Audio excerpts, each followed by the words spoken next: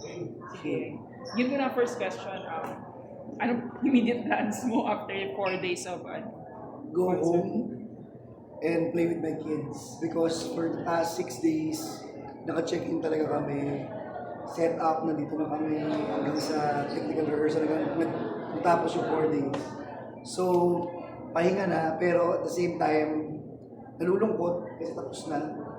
Parang dumaan lang yung 4 days. And sobrang sarap kasi ng pakiramdam na sobrang hirap ng proseso, pero ang sarap ng pakiramdam pag napapakinggan mo na sobrang saya ng mga tao. So doon lang ako nasisipang sa part na yun. Is it the longest so far in streak? 4 nights? First time, first time ng TJ Casey, and I think this is the first time for Aranet Coliseum na mag 4 days na dire-diretso at sold out. So sobrang ibang klase talaga si Lord. Grabe. Yung mga elements dun sa show na sabi nga Easter eggs, ano yan mga Brady? They did the opening na simula. The tree-in na nandoon yung buong tree na yun. Tinanggal ko lang yung bunga, pero the visuals is like it's a mango tree. Kasi si TJ tsaka si Casey, they got married under mango tree in Benito. And that song is their vows. Yun yung wedding song nila. So, yun talaga yung meaning ng song.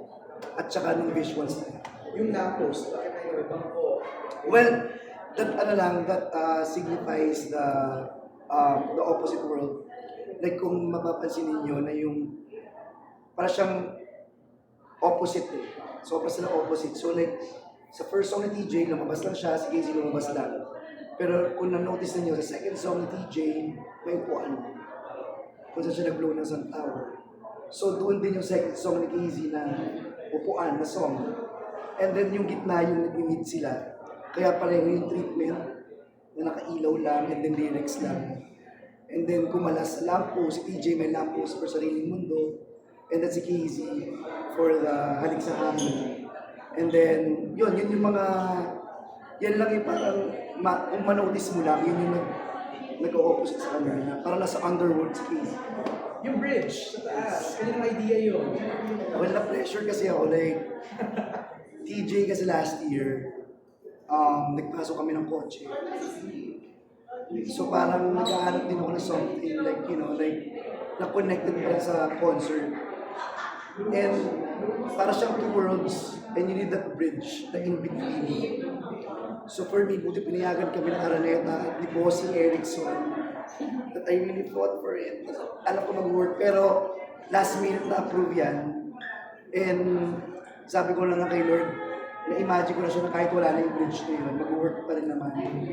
Pero like a week before the concert, pinayagan. So, tsaka siya ginawa. So sobrang happy ko nung nakita ko talaga siya.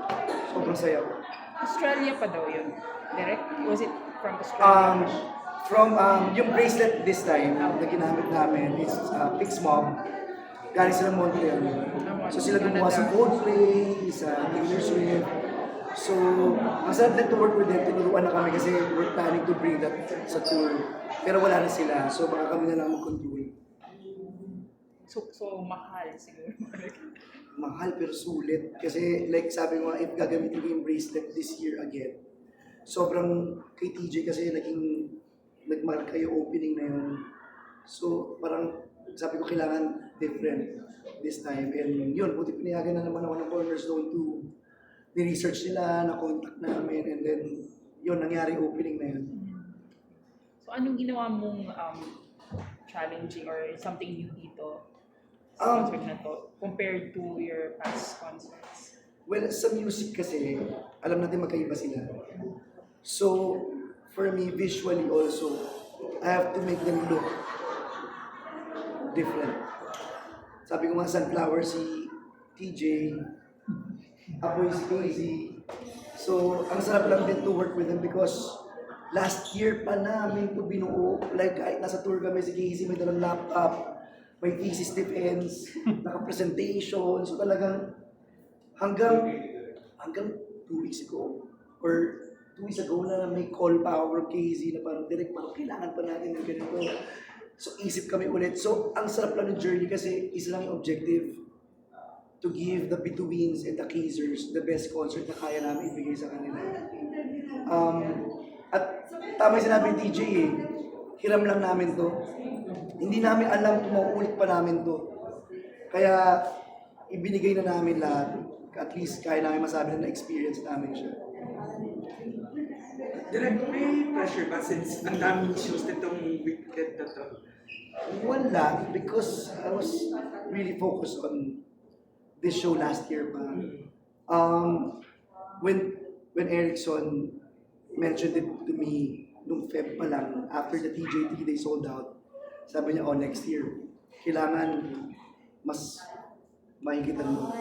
Sabi ko, I don't think mahigitan namin yung TJ, but I can assure you we will do something different.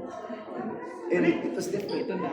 Ano ba yung challenging part nitong the whole 4 days? The setup because it's so huge. So, alam niyo ba yung, eto lang para lang ma-share ko sa inyo, sobrang thankful kami na naitawid namin siya na maayos.